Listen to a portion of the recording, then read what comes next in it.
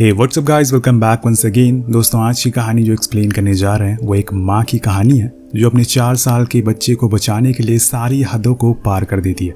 तो कहानी की शुरुआत सैंड्रा और उसके बेटे डेविड से होती है जो अपनी दादी के घर पर जा रहे हैं क्योंकि उसे इंडिपेंडेंस डे की छुट्टियां मिली है। लेकिन यहाँ नोटिस करने वाली बात ये थी कि ये लोग असल में जिस कार में ट्रैवल कर रहे हैं वो आज के समय की दुनिया की सबसे सेफेस्ट कार है।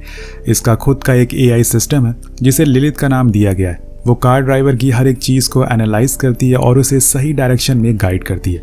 और इस कार में एक वॉल्ट मोड भी है जिसे ऑन करने पर पूरी कार एक तिजोरी की तरह लॉक हो जाएगी, जिसे खोल पाना नामुमकिन के बराबर है। और इसके बाद इस पर चाहे मिसाइल छोड़ दो या फिर गोलियां, इसके अंदर बैठे हुए इंसान को कुछ नहीं होने वाला। ये कार असल में खासकर लड़कियों की सेफ्टी को देखकर बनाई गई है। अब ये हो गई कार की कहानी। अब आते हैं हम अपनी असली कहानी पर। तो सैंड्रा अपने हस्बैंड को कॉल लगाती है जिसका नाम है कार्ल। कार्ल ने उसे ये कार गिफ्ट करी है, मगर इस समय वो लॉस एंजलिस में अपने एक शो के लिए गया हुआ है, इसलिए इन दोनों को अकेले ही नानी के घर जाना पड़ रहा है। थोड़ी देर बाद सैंड्रा कार के फीचर्स को चेक करना शुरू कर देती है जिसमें उसे पता चलता है कि आखिर लिलिथ कितनी स्मार्ट है।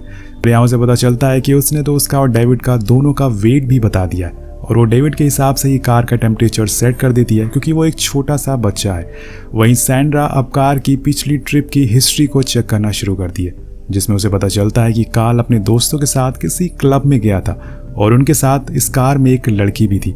अब ये देखकर सैंड्रा का पूरा मूड ही चेंज हो जाता है क्योंकि उसे शक था कि कहीं कार्ल उसे चीट तो नहीं कर रहा है। लेकिन तभी अचानक से कार्ल की वीडियो कॉल आ जाती है और उन्हें बताता है कि वो अब होटल पहुंच चुका है। वो डेविड से खूब बातें भी करता है और सैंड्रा को भी बताता है कि तुम्हारे फोन में मैंने एक मोनोलिथ नाम का एप्लीकेशन डाउनलोड किया है जिससे कि तुम इस कार को पूरी तरह से कंट्रोल कर सकती हो। तभी कार्ल का डोर कोई नॉक करता है और वो बाय बोलकर चला जाता है। अब ये चीज सैंड्रा को खटकने लगती है और उसका शक और ज्यादा गहरा हो जाता है कि जरूर कार्ल उसे चीट कर रहा है। कुछ ही समय के बाद वो लोग कुछ सामान लेने के लिए गैस स्टेशन पर रुकते हैं जहां पर सैंड्रा डेविड को उसका ऑक्सीजन सिलेंडर देती है जिससे हमें ये पता चलता है कि उसको अस्थमा की दिक्कत है। तभी सैंड्रा की नजर कुछ लड़कियों के ग्रुप पर पड़ती है जो आपस में काफी मस्ती कर रही थे। उन्हें देखकर सैंड्रा को अपने कॉलेज के दिन याद आ जाते हैं जब वो सिंगिंग शो किया करती थी। लेकिन शादी के बाद उसकी पूरी लाइफ चेंज हो गई। वह अब दोनों बाहर आ जाते हैं और कुछ खाने पीने की चीज़ों को खरीदने के लिए, पर तभी वो देखती है कि एक अनजान आदमी उसकी कार में झांक रहा है और इसीलिए वो अपने फ़ोन से ही कार को लॉक कर देती है और इसके बाद वो फिर से अपने कामों में बिजी हो जाती है। लेकिन इतने में वो देखती है कि डेविड वहाँ नहीं है। अब उसे ना पाकर वो घबरा जाती है और इधर उधर ढूंढना शुरू कर देती है, पर जब वो बाहर जाकर देखती है तो डेविड उन लड़कियों के साथ मस्ती कर रहा था। पर यहाँ सैंड्रा उन्हें थैंक यू बोलने के बजाय उनके ऊपर ही चिल्लाना शुरू कर देती है जिससे कि उनके साथ वाले लोग उसके ऊपर चढ़ना शुरू हो जाते हैं। वो लड़कियां कहती हैं कि तुम्हें खुद अपने बेटे पर ध्यान देना चाहिए था और तुम हम पर उल्टा चिल्ला रही हो। अब वो फौरन जाकर कार में बैठ जाती है और वॉल्ट मोड को ऑन कर देती है। और इसके बाद वो कुछ भी करें उसे कोई भी फर्क नहीं पड़ने वाला था क्योंकि ये कार तो असल में इन्हीं सब कामों के लिए बनी है। वो चुपचाप वहाँ से बाहर आ जाती है और अपना मूड सही करने के लिए कुछ गाने प्ले करती है। फिर अपनी दोस्त जेसिका को कॉल करती है तो वो उसे बताती है कि वो इस समय LA आई हुई है अपने एक काम के लिए। लेकिन तभी उसके पीछे से एयरप्लेन की आवाज़ आती है जिससे वो समझ जाती है कि ये शायद उसी होटल में ठहरी हुई है जहाँ पे एक कार्ल ठहरा हुआ है। अब यहाँ वो ये भी नोटिस करती है कि उनके साथ कोई है, लेकिन वो उसका चेहरा नहीं दिखा रही है, इसलिए सैंड्रा उसे फोर्स करने लगती है कि तुम्हारे साथ कौन है, मुझे बताओ। पर वो उसे कुछ भी नहीं दिखाती और तब जाकर वो उल्टा उस पर चिल्लाना शुरू कर देती है। लेकिन जेसिका जाते जाते कह देती है कि जो तुम्हारे हस्बैंड के साथ है वो तो मैं बिल्कुल भी नहीं हूँ, मतलब कोई तो ज़रूर उसके कार्ल के साथ है। अब ये सुनकर उसका गुस्सा और ज़्यादा ऊपर चढ़ जाता है। वो कार्ल को कॉल लगाती है लेकिन जैसे कि होना था वो फ़ोन नहीं उठाता, तो वो फिर से जेसिका को कॉल लगाती है लेकिन वो भी उसका कोई जवाब नहीं दे रही थी। उधर डेविड धीरे धीरे करके एक मार्बल को मुंह में डालने वाला था, लेकिन सही समय पर सैंड्रा उसे देख लेती है और उसे मार्बल को छीन लेती है जिससे कि वो रोने लगता है और वो उसके हाथ में वही फ़ोन दे देती है। ये वही फ़ोन था जिसमें कि कार का पूरा एक्सेस होता है। कुछ ही समय के बाद वो लोग अपनी डेस्टिनेशन पर यानी कि नानी के घर पर पहुंच जाते हैं। लेकिन यहाँ सैंड्रा के दिमाग में कुछ और ही चल रहा था। वो अब कार्ल को रंगे हाथों पकड़ना चाहती थी और इसीलिए वो अपनी कार को यूटर्न मारती है और रनिंग प्रोसेस में उनमें डाल देती है और पूरी रफ्तार से भगाते हुए एली की ओर निकल जाती है। लेकिन यहाँ लिलिथ उसे बताती है कि थोड़ी दूर आगे एक्सीडेंट हुआ है, इसीलिए हमें थोड़ा और समय लगेगा क्योंकि हमें दूसरे रास्ते से जाना होगा। लेकिन यहाँ सैंड्रा का BP अब हाई हो चुका था और अब उसे किसी भी चीज़ की कोई फिक्र नहीं थी। वो बस कार को भगाई जा रही थी। वो बस कार को भगाया जा रही थी, उसे अब जितनी जल्दी हो सके वापस जाना था और इसीलिए वो लिलिथ से कहती है कि मुझे कोई शॉर्टकट बताओ। अब वो उसे रास्ता तो बताती है लेकिन वो बिल्कुल ही बीहड़ एरिया से होकर गुजरता था। लेकिन यहाँ पर उसे डरने की क्या जरूरत है, वो इस समय एक ऐसी कार में बैठी हुई है जिसे कोई भी चीज छू नहीं सकती। अब सैंड्रा आराम से पूरी रात कार ड्राइव करती रहती है और कुछ ही देर बाद उसे एक लाइट दिखती है जहाँ रुककर वो फ्रेश होने का सोचती है, लेकिन वो असल में लाइट एक पावर हाउस की होती है, यानी कि यहाँ पे कोई भी इंसान नहीं था। इसलिए वो थोड़ा और आगे जाती है। अब टेंशन की वजह से उसे यहाँ एक कार में ही सिगरेट जला ली थी, जो कि वो बहुत ही बड़ी गलती कर बैठ के लिलिथ स्मोक को डिटेक्ट कर लेती है और अलार्म बजना शुरू हो जाता है। जिसके बाद होना क्या था, पूरी कार में रेड अलर्ट हो जाता है, अलार्म बजना शुरू हो जाता है और वो उससे कहती है कि ये कोई इमरजेंसी सिचुएशन नहीं है, मैंने बस सिगरेट जलाई है। लेकिन वो तो दोस्तों बस एक मशीन है, इसलिए वो एआई को मैनुअल मोड पर डाल देती है और सारा कंट्रोल खुद ले लेती है। मतलब वो एआई को बंद कर देती है और अब उस कार का पूरा कंट्रोल सैंड्रा के हाथों में आ चुका है, जो कहीं ना कहीं बहुत ही अच्छा भी और बहुत बुरा भी।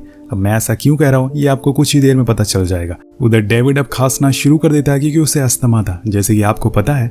इसलिए सैंड्रा सिगरेट फेंक देती है, पर डेविड रोना शुरू हो गया था, इसलिए वो चुप कराने के लिए उसे अपना फोन देने लगती है। लेकिन इतने में उसकी कार की टक्कर एक हिरन से हो जाती है जो कार के नीचे आ चुका था। पर इन लोगों को कुछ नहीं होता क्योंकि कार बुलेट प्रूफ होती है। अगर सैंड्रा चाहती तो वो यहाँ से निकल सकती थी क्योंकि उसके अलावा यहाँ पर कोई भी नहीं था, लेकिन वो ऐसा नहीं करती। वो नीचे उतरती है और उस हिरन को देखती है जो अपनी आखिरी सांसें गिन रहा था। लेकिन उसकी मुश्किलों के साथ यहाँ सैंड्रा की भी दिक्कतें अब बढ़ना शुरू होने वाली थी क्योंकि उधर डेविड ने गेम की बजाय मोनोलिथ ऐप को ऑन कर लिया था और इसमें कुछ ना खोलने के बजाय वो वॉल्ट मोड को ऑन कर देता है। जिसके बाद होना क्या था, पूरी कार एक बंकर बन जाती है और चारों ओर से लॉक हो जाती है। अब ये बात जब सैंड्रा को पता चलती है तो वो पागल सी हो जाती है क्योंकि उसे इसका अंजाम पता था।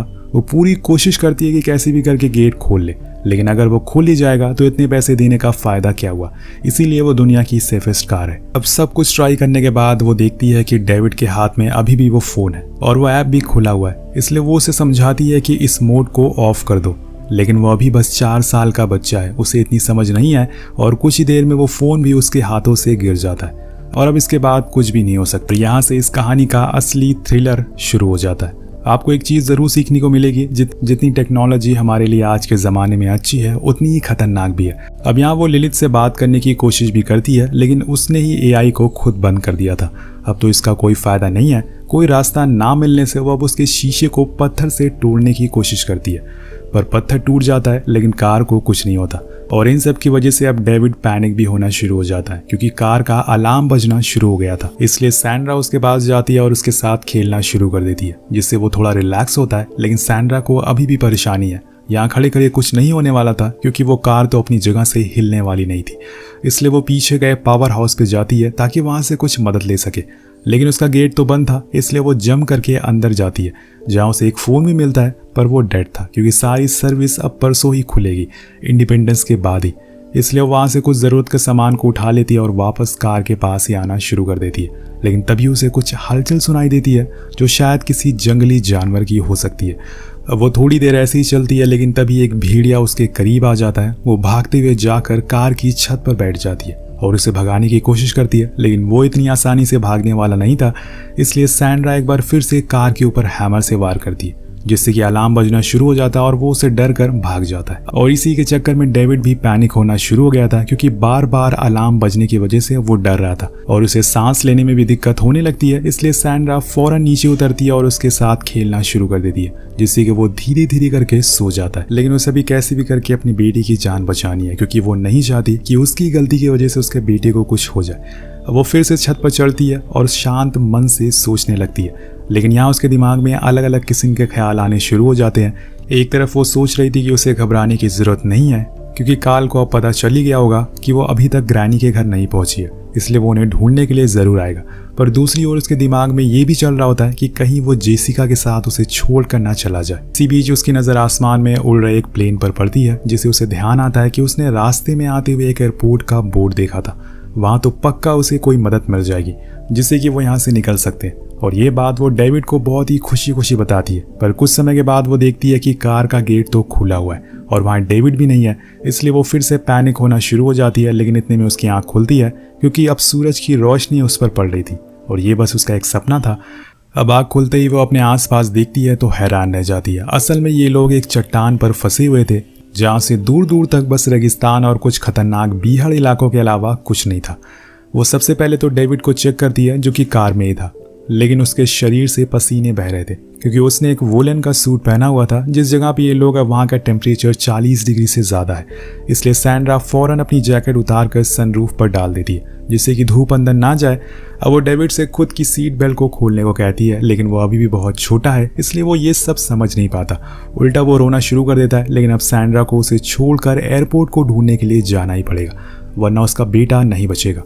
और इसीलिए वो बस गॉड का नाम लेकर चलना शुरू कर देती है। अब चलते चलते सुबह से शाम हो जाती है और शाम से सुबह, पर अभी तक उसे दूर दूर तक कहीं भी एयरपोर्ट दिखाई नहीं दे रहा था। लेकिन उसकी किस्मत अच्छी होती है, उसे तीसरे दिन एक नदी मिल जाती है जहां जाकर वो फौरन जी भर के पानी पीती है और खुद को साफ करती है क्योंकि उसने पिछले कई दिनों से पानी की एक बूंद नहीं पी थी।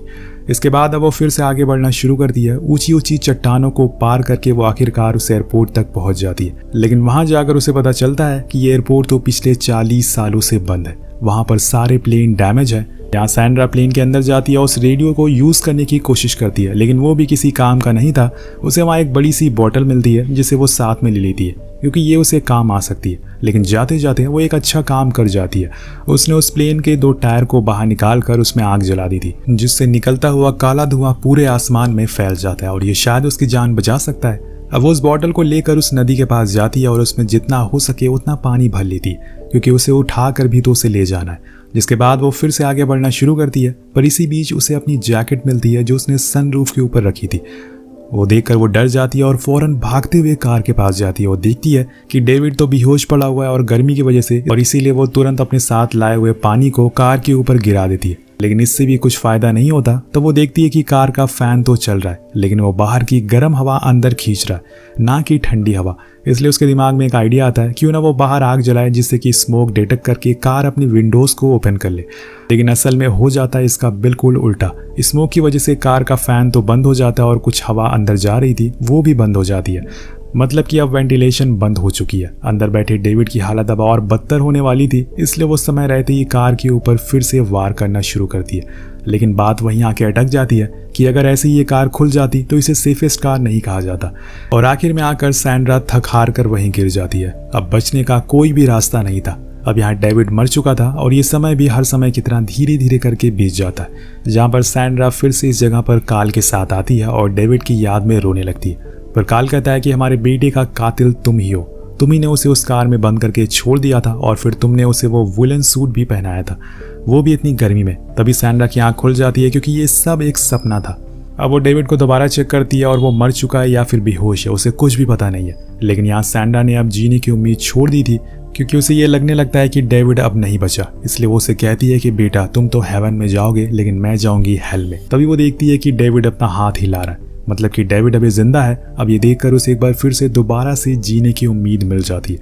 लेकिन यहाँ तभी आ जाता है एक जंगली कुत्ता जो उसकी तरफ भागना शुरू कर देता है। सैंड्रा कार की छत पर चढ़ती है, लेकिन वो बहुत ही ज्यादा गर्म थी और इसीलिए वो कार के नीचे चली जाती है। लेकिन इतने में वो कुत्ता उसके पैर में काट लेता है। पर यहाँ उसे पता चलता है कि वो कुत्ता असल में उस हिरन के लिए आया है जो कि उसकी कार से मरकर उसमें अटकी हुई है।